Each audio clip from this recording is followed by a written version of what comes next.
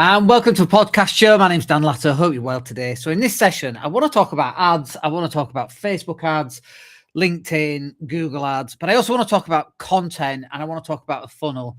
And there's a couple of things that we need to cover off here. So let's just crack straight on. This will help your marketing.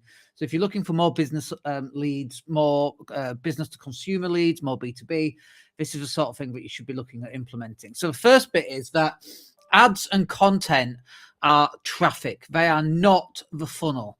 So ads and content, they are the bits that will or should be at the very top of your sales and marketing funnel.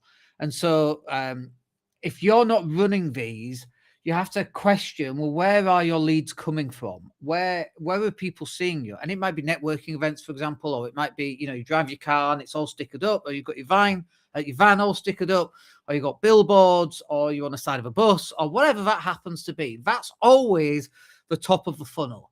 And I think a lot of people try and concentrate on the middle of the funnel or the end of the funnel, and they go, well, I need to convert better. And actually, if you moved the conversion conversation over to a top of funnel conversation, your results will actually get better. And so what do I mean by that? So most people are thinking, how do I get more sales? How do I get more sales? And they're not thinking about how do I get more visible and how do I build more trust and more reliability and more honesty and more authenticity and more consistency. And if you actually built that into your sales pipeline, the sales pipeline would actually close more people because they already trust you. They already know who you are. You're already more authentic. And so this ads or content conversation has to be number one, I think. And so we're talking ads and content are the traffic. They're not the entirety of the funnel. The next bit then is that content warms for those people who know you, and adverts are there for people who don't know who you are. So when you're running a piece of content, usually people who follow you, like on our YouTube channel, for example, we've had like 600 or 700 new subscribers in the last 2 weeks, I think. So you've always got to be thinking about what sort of content can you put out there and what sort of adverts can you also put out there? Because when you actually start putting out that amount of content, I mean, the sheer amount of content that we've been putting out is significant. We've actually found quite a lot of new leads coming in simply because of the content we've been putting out.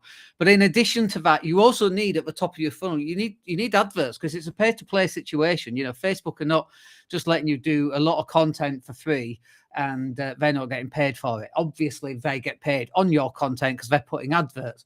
And so content is a part of it. But they have a two-pronged structure when they're coming to closing business. The first bit is lots of user-generated content. Think about how many millions of pieces of content are generated every single minute that they are up and running, like huge amounts. I mean, just put adverts on top. I mean, you are the customer, whether you're paying for adverts or not, whether you're clicking on adverts or not, like you are the product on Facebook.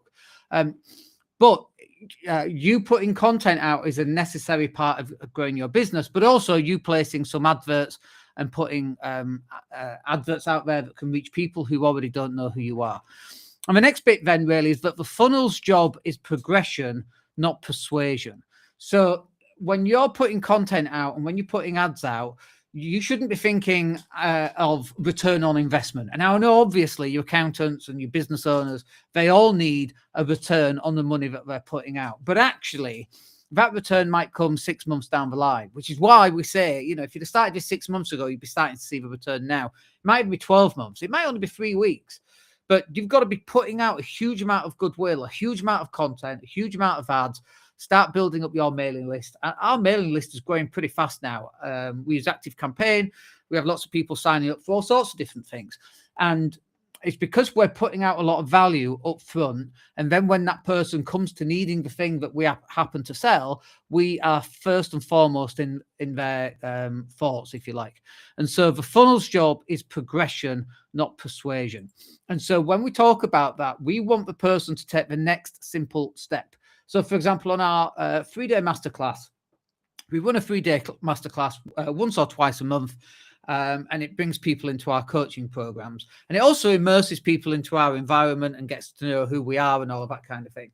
And so in that process, we actually generate email addresses, which brings people in, and it actually allows us to then market to them, send them emails, tell them about us, and that kind of thing. So it immerses them into our environment so that when they are ready, at that point, they can actually come and purchase from us. And so that's the funnel's job. It's not necessarily persuasion, although of course persuasion is really important. And then just finally on this is that ownership is the real end game. Own the lead and own the relationship. And really what this is about is that while you're on Facebook and you're putting content out on Facebook, you want to get your potential customers off Facebook. Because if not, they'll just see the next shiny thing or a funny video about cats and dogs or whatever it happens to be.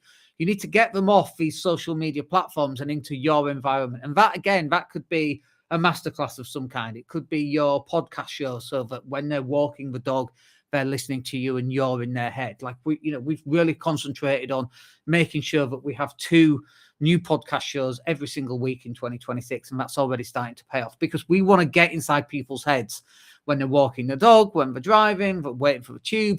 People are listening to our content and they're getting into our environment, and they are being immersed into how we think and how we see things. And the other problem there, of course, is that Facebook owns everything.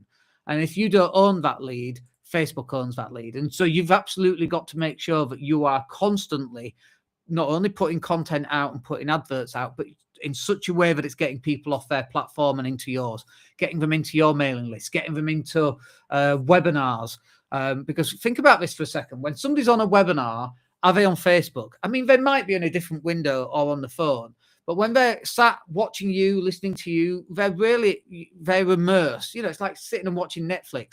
Are people on Facebook rather on Netflix? Yeah, absolutely. But mostly they're on Netflix. Mostly they're in your webinar. Mostly they're listening to your podcast show. Mostly they're watching one of your videos or being immersed in some way. And it's this immersion, I think, that's really going to take place in 2026, and increasingly so. You need to take people off wherever they are and bring them into an immersive type of environment. And it's only then, when you start doing that, that you actually own the lead and own the relationship.